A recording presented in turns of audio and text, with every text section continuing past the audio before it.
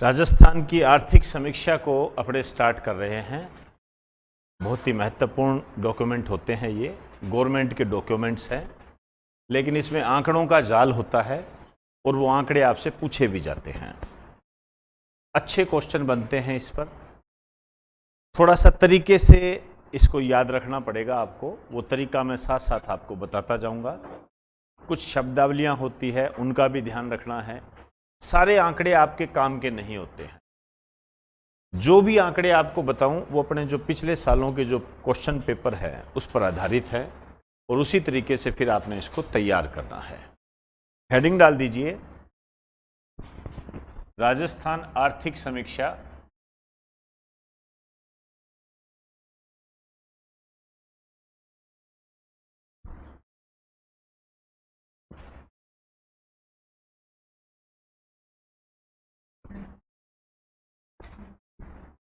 बताओ, आर्थिक समीक्षा नहीं लिखने दे रहा।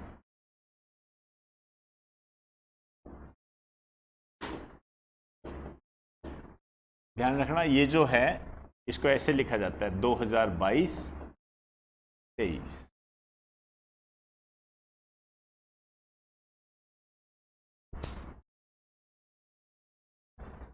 2022-23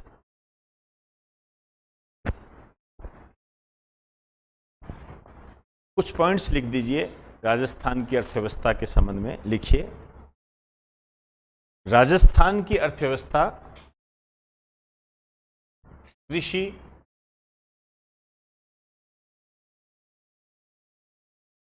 व ग्रामीण अर्थव्यवस्था है।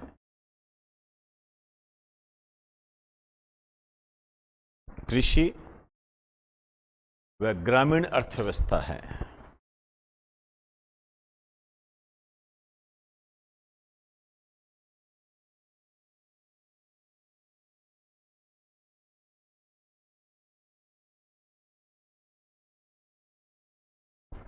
एक शब्द है हमारे पास, सकल राज्य घरेलू उत्पाद। आप यदि इसको इंग्लिश में कहोगे तो ग्रोस स्टेट डोमेस्टिक प्रोडक्ट।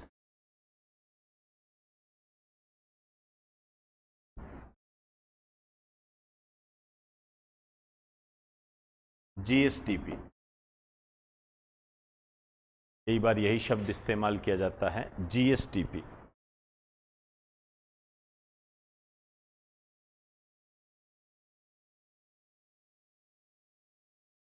ये क्या चीज है?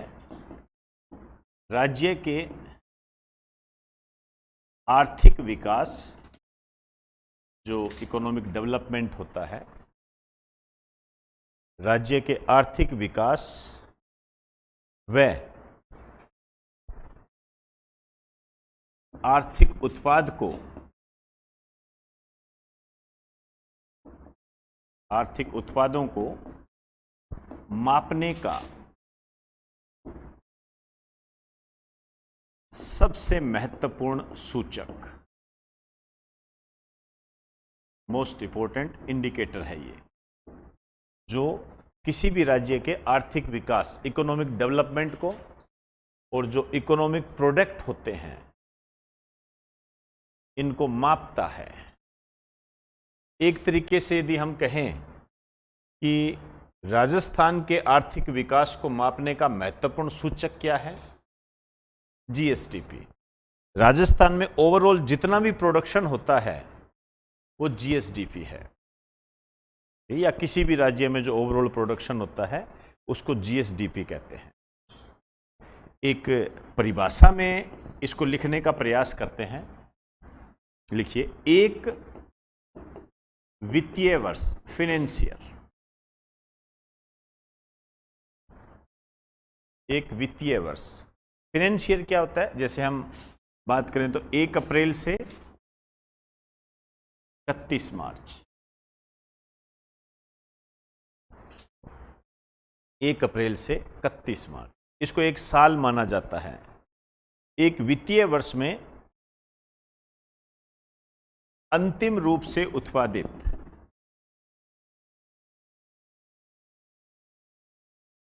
अंतिम रूप से उत्पादित वस्तुओं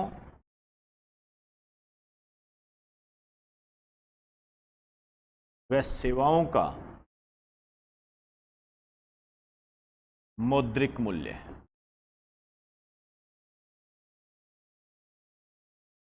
वस्तुओं व सेवाओं का मौद्रिक मूल्य, मॉनेटरी प्राइस। वस्तुओं व सेवाओं का मौद्रिक मूल्य, मॉनेटरी प्राइस। देखिए, आपको इन सब बातों का ध्यान रखना पड़ेगा। एक वित्तीय वर्ष है, फिनेंशियर आप समझते ही हो, और अंतिम रूप से उत्पादित वस्तुओं और सेवाओं का मौद्रिक मूल्य। देखिए, अंतिम रूप क्या होता है? अंतिम रूप का मतलब होता है जैसे कॉटन से शर्ट बनना। अब जो शर्ट बनती है वो कॉटन से बनती है, उसके बीच का प्रोसेस तो बहुत लंबा हो गया ना। सबसे पहले तो खेत से लानी पड़ेगी कॉटन को, उसके रेसे बनाने पड़ेंगे, तब जाके कपड़ा बनेगा, फिर शर्ट बनेगी। वो उसमें मेहनत भी लगती है, टेक्नोलॉजी भी लगती है, मैन पावर भी लगती है, दिमाग भी लगता है, सब। वो जो सारा सिस्टम है अंतिम रूप से, इसको कहते हैं उत्पादित वस्तुओं और सेवाओं, गुड्स एंड सर्विस का मौद्रिक मूल्य, मॉनेटरी प्राइस। मॉनेटरी प्राइस मतलब ओवरऑल सारा आ गया ये। अब ये जो फिनेंशियर है ये क्या है, इसके बारे में आपको एक बात ध्यान रखनी है। एक समिति है, डॉक्टर शंकर आचार्य समिति, हालांकि किया नहीं है, लेकिन उस समिति ने ये सिफारिश की है कि ये जो वित्तीय वर्ष है इसको बदलकर 1 जनवरी से 31 दिसंबर किया जाए। किया नहीं है, बस मध्य प्रदेश में ये प्रावधान लागू हुआ है। आप तो सिर्फ एक समिति के बारे में कुछ जानकारी ले लो, शंकर आचार्य समिति।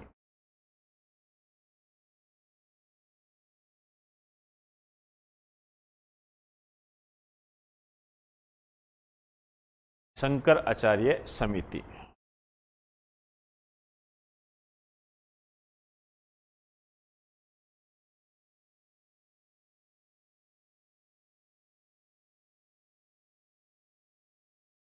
लिखिए। इस समिति ने यह सिफारिश की है,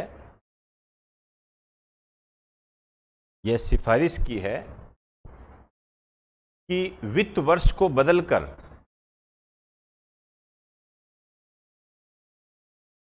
वित्त वर्ष को बदलकर 1 जनवरी से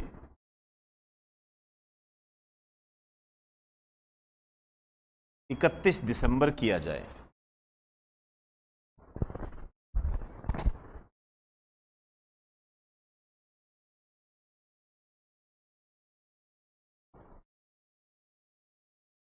एक जनवरी से 31 दिसंबर किया जाए।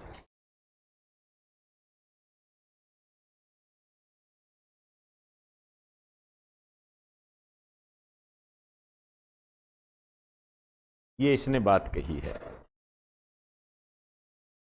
चलिए, अब आप देखिए, एक शब्द और होता है हमारे सामने, शुद्ध राज्य घरेलू उत्पाद, ये भी होता है। तो अब आप देखिए, यहां पर एक स्टार डाल के लिखो, शुद्ध राज्य घरेलू उत्पाद, net state domestic product, NSDP कहते हैं इसको। एनएसडीपी ये क्या होता है? जीएसडीपी माइनस डेप्रिसिएशन, इसको हिंदी में बोलते हैं मूल्यह्रास, डेप्रिसिएशन।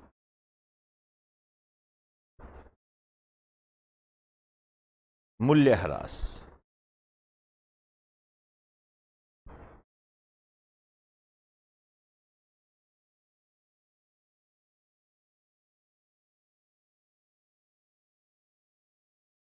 मूल्यह्रास।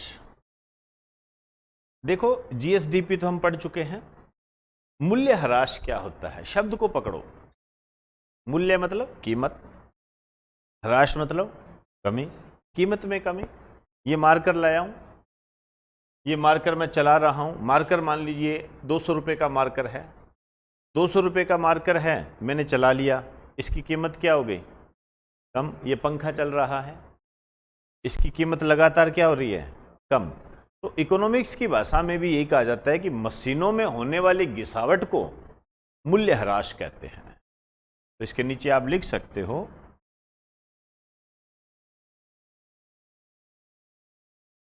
मशीनों में होने वाली घिसावट।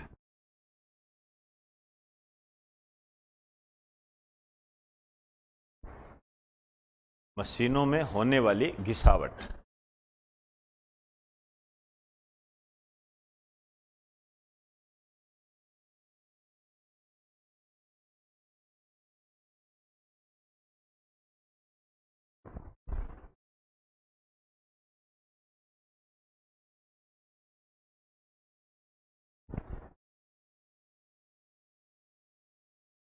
चले, आइए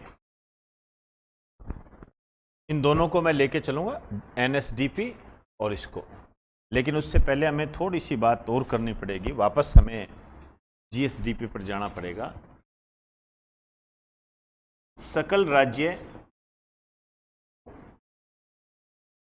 घरेलू उत्पाद का आधार वर्ष, बेसल ईयर। बहुत अच्छा क्वेश्चन है।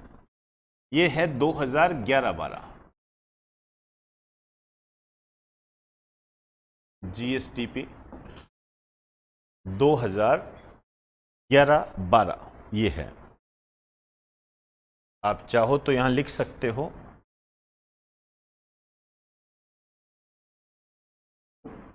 इससे पहले 2004-5 था, आज की डेट में ये है। ये ध्यान रखना, सीधा डायरेक्ट क्वेश्चन बन जाता है।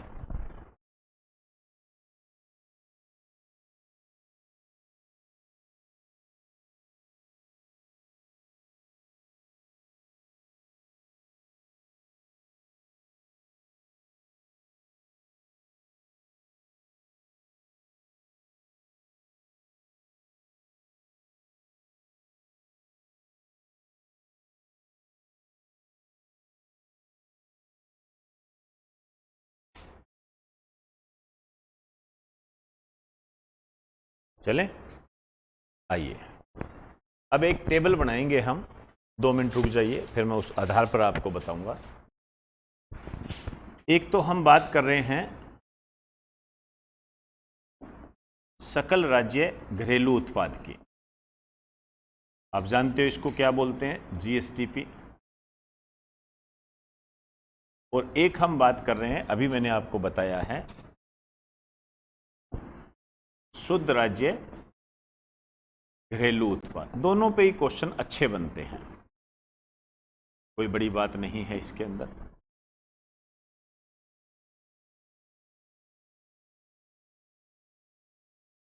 देखो, हमें 2 सालों का मामला लेना पड़ेगा, ठीक है ना। एक तो देखिए, हमें यह पता करना पड़ेगा कि 2021-22 में यह कितना था, और एक हमें यह पता करना पड़ेगा 2022-23 में कितना प्राप्त हुआ है। ये हमें बात करनी पड़ेगी, ठीक है। और फिर इसमें जो वृद्धि होती है वो पूछी जाती है। हालांकि ये जो आंकड़ा यहां लिखाऊंगा ये कम पूछा जाता है, मैं बता दूंगा आपको जो भी है, जो स्थितियां होगी। आइए इसको एक बार बनाइए। ये हाँ, 2 मिनट 2 मिनट रुकना।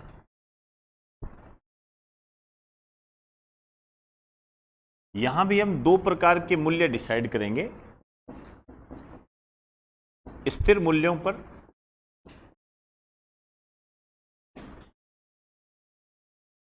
परमानेंट प्राइस, ठीक है ना। परमानेंट प्राइस का मतलब होता है 2011-12 का मूल्य है, वो लेके चलते हैं हम। और एक होता है चालू मूल्यों पर।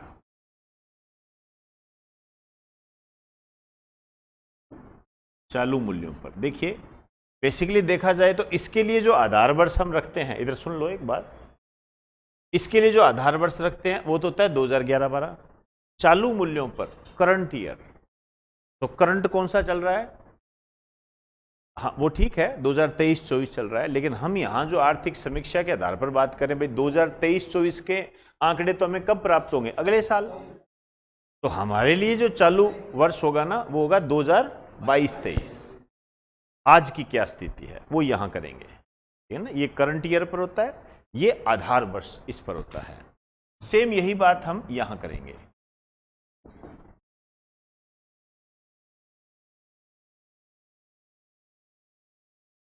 स्थिर मूल्यों पर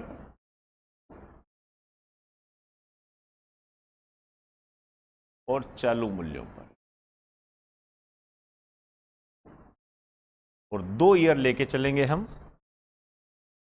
एक तो 2021-22 और एक 2022-23। अब बना लीजिए, यहां पर आंकड़े आएंगे, मैं साथ साथ लिखा भी देता हूं।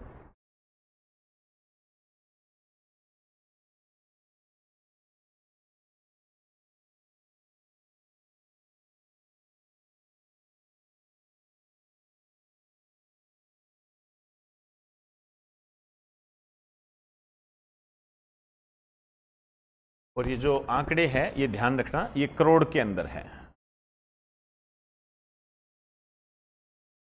यहीं लिख देते हैं करोड़, ये भी करोड़ के अंदर है।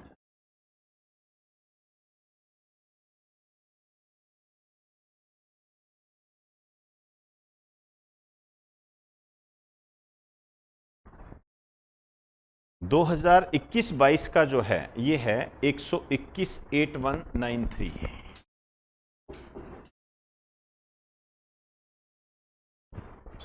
21,819, 2 मिनट, चालू मूल्य 121,8193, इतना करोड़ है ये। मैंने यहां लिखकर पूरी बात कह दी है आपको। और 19.50 की वृद्धि थी ये, 19.50% की वृद्धि यहां पिछले से तुलना की गई थी। यहां पे लिख दीजिए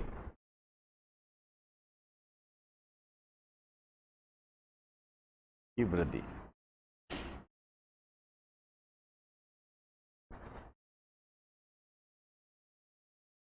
और 2022-23 में आपको मिला है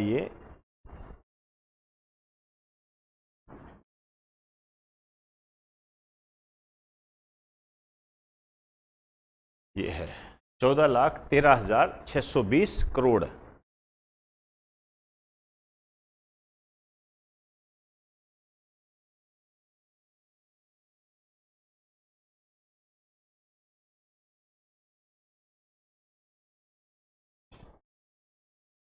अब इसमें जो वृद्धि दर्ज की गई है ये की गई है 16.04% की वृद्धि।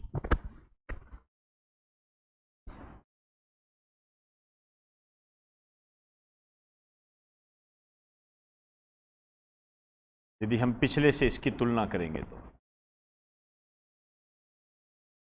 इतनी वृद्धि इसकी दर्ज की गई है।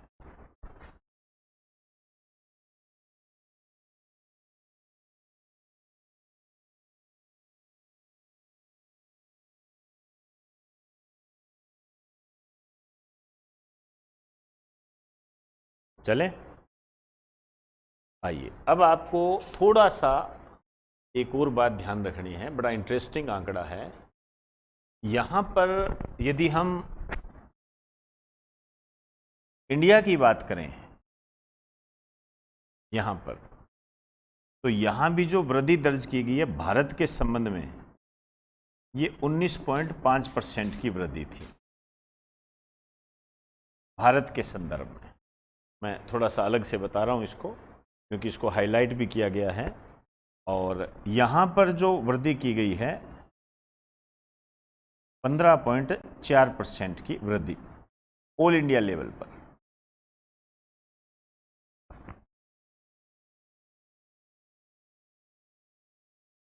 थोड़ा सा ध्यान रख लेना। जो ब्लू ब्लू कलर में है ये राजस्थान के हैं, और मैंने ऑल इंडिया की बता दी क्योंकि इसको भी थोड़ा हाईलाइट किया गया था। इस कारण से हो सकता है आपके एग्जाम में इस टाइप का क्वेश्चन बन जाए, क्योंकि यहाँ देखिए यहाँ तो सेम सेम है, ठीक है, और इधर आप देखिए ये 16% के आसपास है, ये 15% के आसपास है।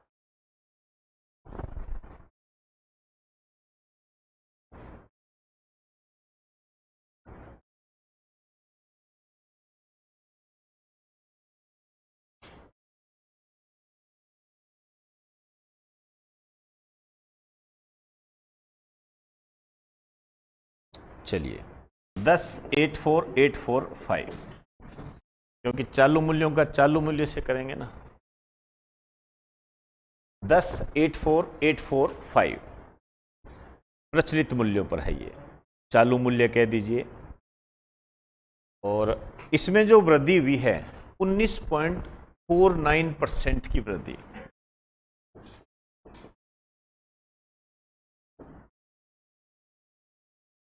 %19.49 की वृद्धि। अब आप इन दोनों आंकड़ों को गौर से देखो,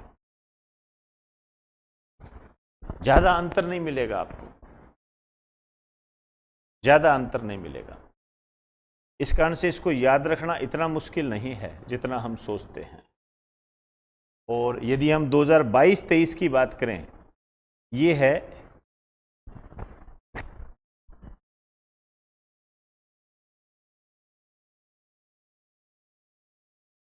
ये देखो,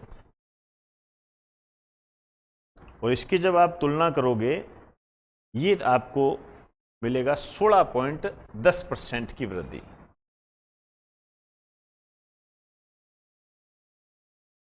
अब आप इन दोनों की तुलना करो, इधर देखो इन दोनों को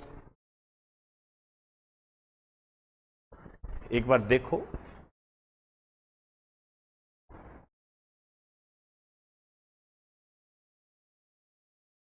क्लियर हो रही है बात? सारी सेम सेम है। तो जब आप याद करो तो मेरा ऐसा मानना है कि एक कोई पकड़ लो, चाहे एक कोई पकड़ लीजिए। जैसे हाँ, थोड़ा सा एक्यूरेट की तरफ ध्यान रखना पड़ेगा। इधर 19.5 है, उधर आपका 19.4 है, ऐसे पकड़ो। इधर आपका 15.4 है, सॉरी 16.04 है, उधर कितना है 10, 16.10 याद रह जाएगा ये। क्लियर हुई बात सारी? अब स्थिर मूल्यों की बात करते हैं अपने। जब हम स्थिर मूल्यों की बात करते हैं तो वहां जो शुद्ध राज्य घरेलू उत्पाद है उसके अंदर आपको आंकड़ा मिलता है 642,668। यहां आ जाइए।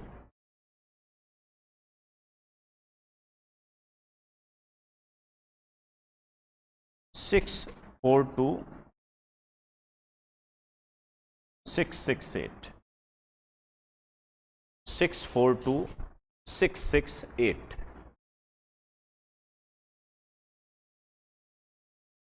यह आपका स्थिर मूल्यों पर है, और इसमें जो वृद्धि दर्ज की गई है यह है 11.42% की वृद्धि। 11.42% की वृद्धि है ये। 11.42% की वृद्धि है ये। और इधर जब आप बात करोगे 694,771,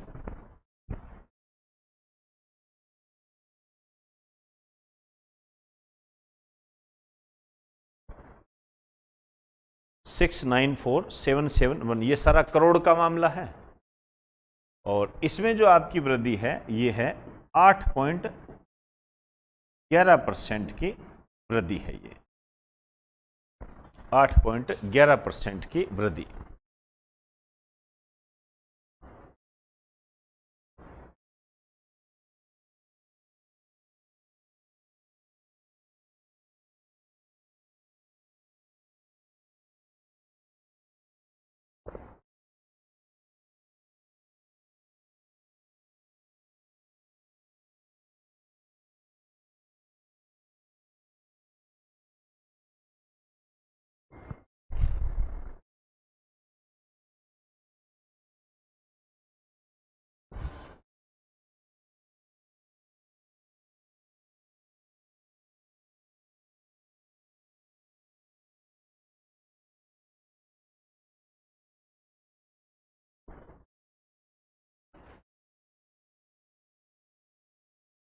आंकड़े हैं, थोड़ा बेटा ध्यान रखना इनका। इनमें क्या है, गड़बड़ी होने के पूरे पूरे चांस रहते हैं। कई बार क्या है, ये चीज़ें ऊपर नीचे हो जाती है, वो ध्यान से। और हाँ, ये जो चीज़ें होती है ना, जो करोड़ में लिखाई है, ये भी आपके एग्जाम में पूछी गई है, पूछी जाती है ये। ठीक है, वृद्धि वाला हिसाब थोड़ा ज़्यादा रहता है, वृद्धि ज़्यादा पूछते हैं, ये एक अलग बात है। चलिए 2 मिनट रुक जाइए एक बार।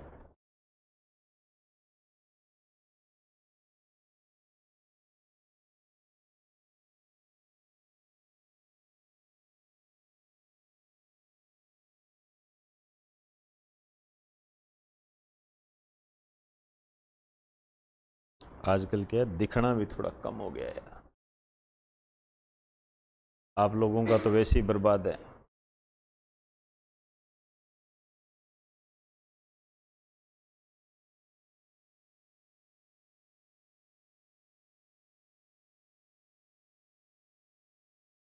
चलिए, ये जो सकल राज्य घरेलू उत्पाद जो है जीएसडीपी, स्थिर मूल्यों पर कितना है?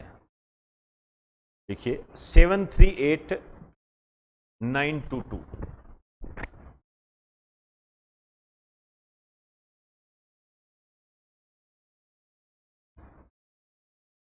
738922।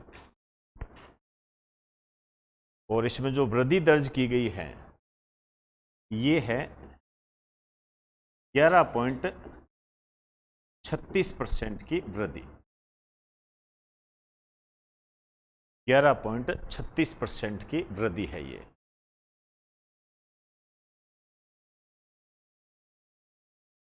अब यहां पर आपके भारत के आंकड़े दे रखे हैं, हालांकि उसमें शुद्ध राज्य घरेलू उत्पाद में नहीं दिए, तो आपको यहां ध्यान देने की भी आवश्यकता नहीं है। भारत में जो वृद्धि दर्ज की गई है ये 8.7% की वृद्धि।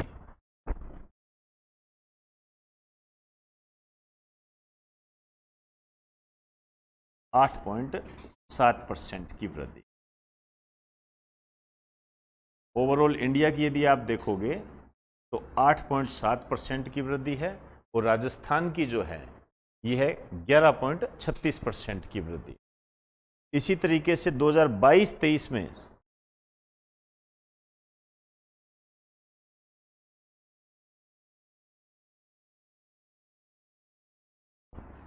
ये है 7,99,449 करोड़, ये है। इसमें 8.19% की वृद्धि है ये। 8.19% की वृद्धि है। और इंडिया की जब आप देखोगे तो 7% है।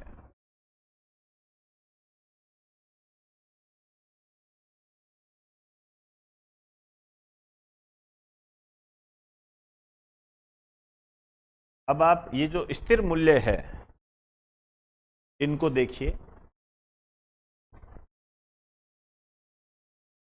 ये स्थिर मूल्य हो गए, ये स्थिर मूल्य हो गए। इनकी वृद्धि देखो 11.36।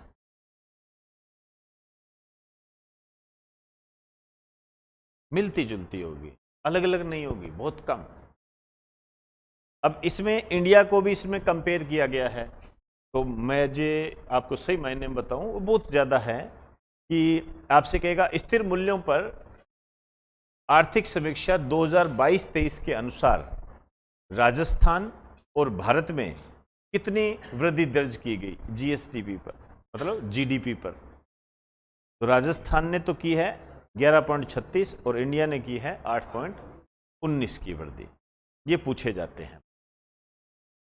इसमें जो इंडिया लेवल के हैं वो अभी देने लगे हैं, पहले नहीं देते थे, और इस पे पूरे पूरे चांस बनते हैं क्वेश्चन बनने।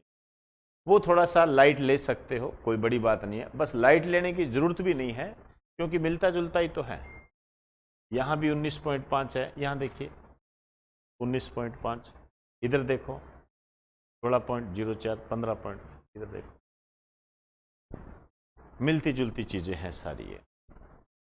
चलिए, ये हो गया जी आपका सकल राज्य घरेलू उत्पाद के साथ साथ शुद्ध राज्य घरेलू उत्पाद। क्लियर हुई बात सारी? चलिए अब देखिए ये जो कृषि क्षेत्र है इनमें क्या क्या हुआ है। हेडिंग डाल दीजिए,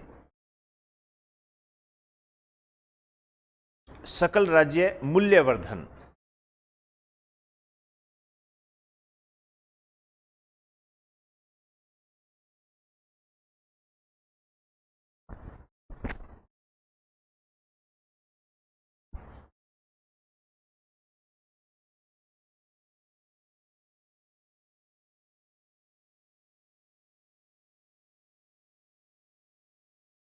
मूल्यवर्धन का मतलब होता है वैल्यू एडेड।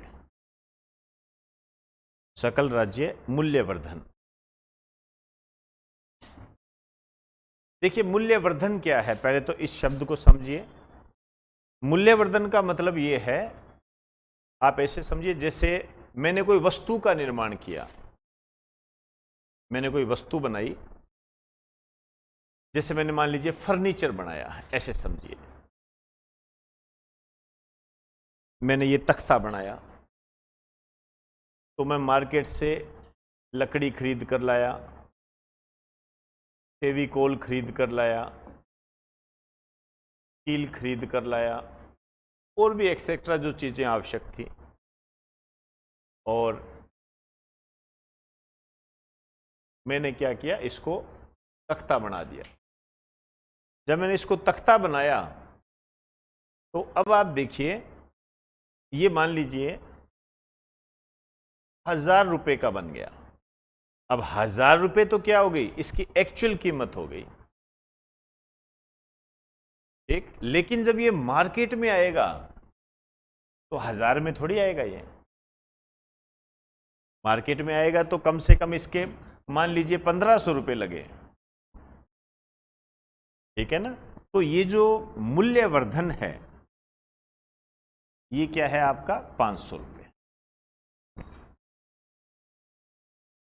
इसको मूल्यवर्धन कहते हैं, वैल्यू एडेड। आपने क्या वैल्यू एडेड की है। एक्चुअल वैल्यू तो इसकी 100 रुपए ही थी, 1000 रुपए ही थी, लेकिन बाद में और बहुत सारी चीजें इसके अंदर मिली, तब जाके ये वैल्यू एडेड बना। जैसे दूध से रसगुल्ला बनाना, अब आप समझिए, दूध से अपनों ने रसगुल्ला बनाया। अब दूध तो 5 रुपए का लगा, रसगुल्ला बना 10 रुपए का। ऐसे ही होता है सारा। तो इसे मूल्यवर्धन कहते हैं। भाई आपने क्या मिलाया इस दूध के अंदर, क्या वैल्यू एडेड किया आपने, ये रसगुल्ला बना दिया आपने, ये मूल्यवर्धन होता है। इसमें तीनों क्षेत्रों को हमें लेना पड़ता है और हम इसकी बात जो है चालू मूल्यों पर करते हैं, प्रचलित मूल्यों पर की जाती है इसकी। तो ऐसे लिखिए, चालू मूल्यों पर।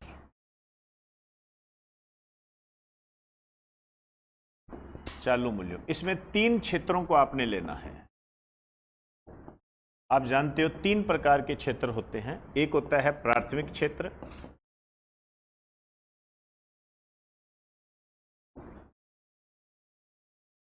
एक होता है द्वितीयक क्षेत्र, सेकेंडरी सेक्टर, और एक होता है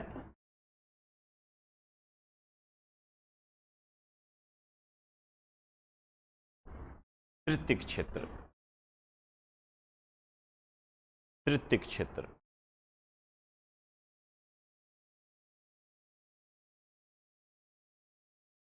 ये बहुत महत्वपूर्ण है।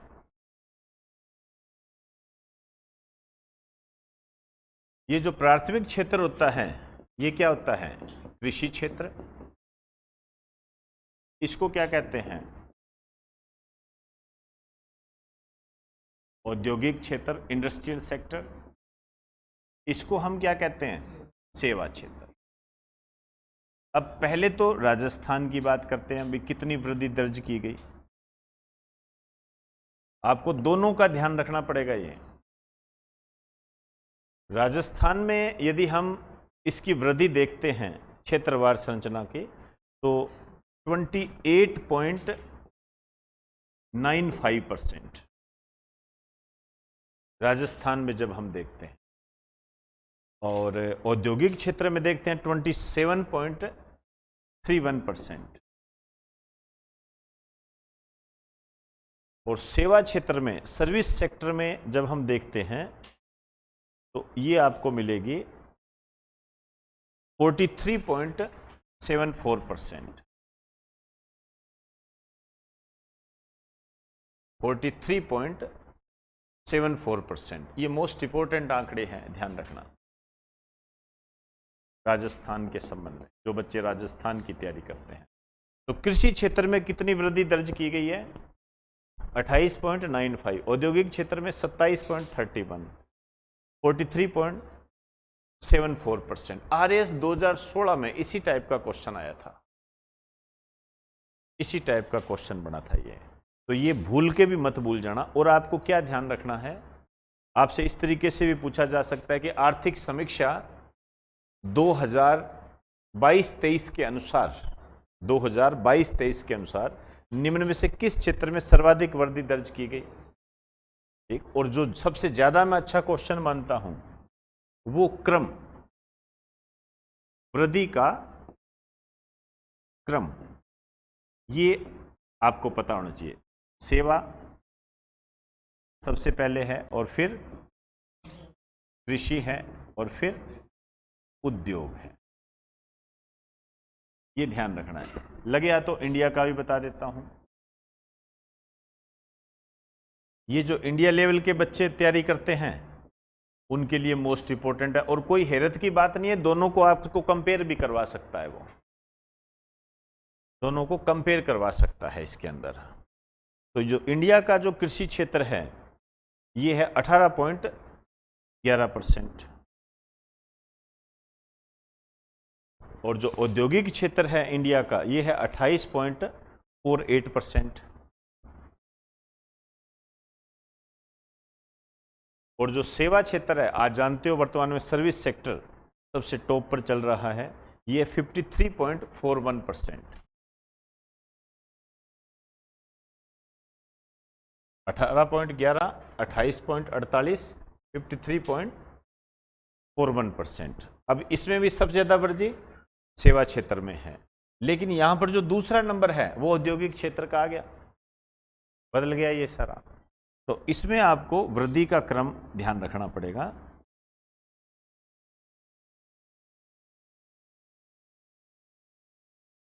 सेवा क्षेत्र और यहां आपका उद्योग आ जाएगा और इधर कृषि आ जाएगा।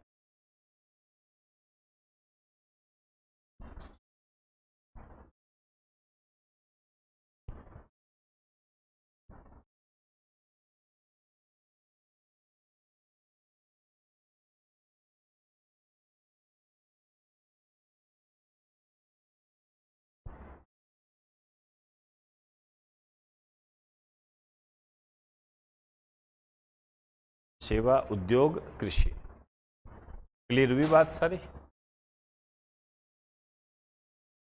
ये आंकड़ों का जाल है। अब देखो ऐसे हैं, हालांकि आंकड़े 3-4 चैप्टर में ही हैं, सारे चैप्टर में नहीं है, लेकिन फिर भी हमें इस बात का ध्यान रखना पड़ेगा। ये तो बहुत महत्वपूर्ण है, विशेष रूप से जो राजस्थान के बच्चे तैयारी करते हैं वो ये, इसको सकल राज्य मूल्यवर्धन कहते हैं। आप इंग्लिश में लिखना चाहो तो कह सकते हो ग्रोस स्टेट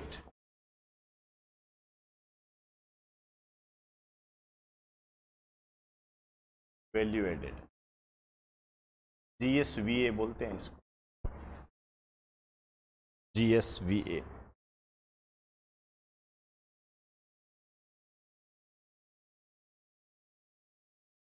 GSVA।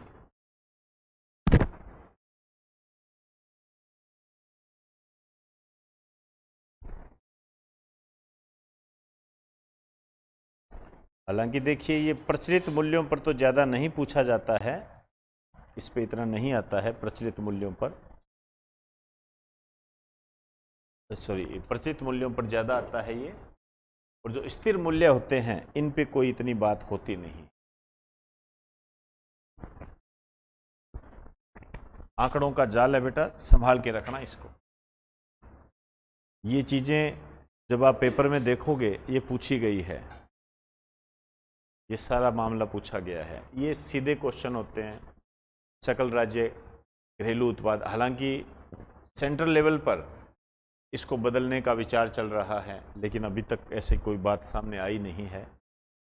और आर्थिक विकास यहाँ तक पूछ लेते हैं कि राज्य के आर्थिक विकास का सबसे महत्वपूर्ण सूचक क्या होता है? जीएसडीपी। इसी तरीके से यदि हम कहें कि किसी देश के आर्थिक विकास का सबसे महत्वपूर्ण सूचक क्या होता है? जीडीपी।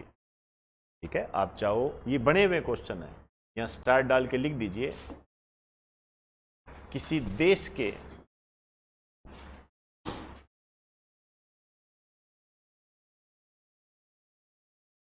आर्थिक विकास का महत्वपूर्ण सूचक ये होता है जीडीपी। जीडीपी का मतलब तो आप देखिए जानते ही हो, ग्रोस डोमेस्टिक प्रोडक्ट।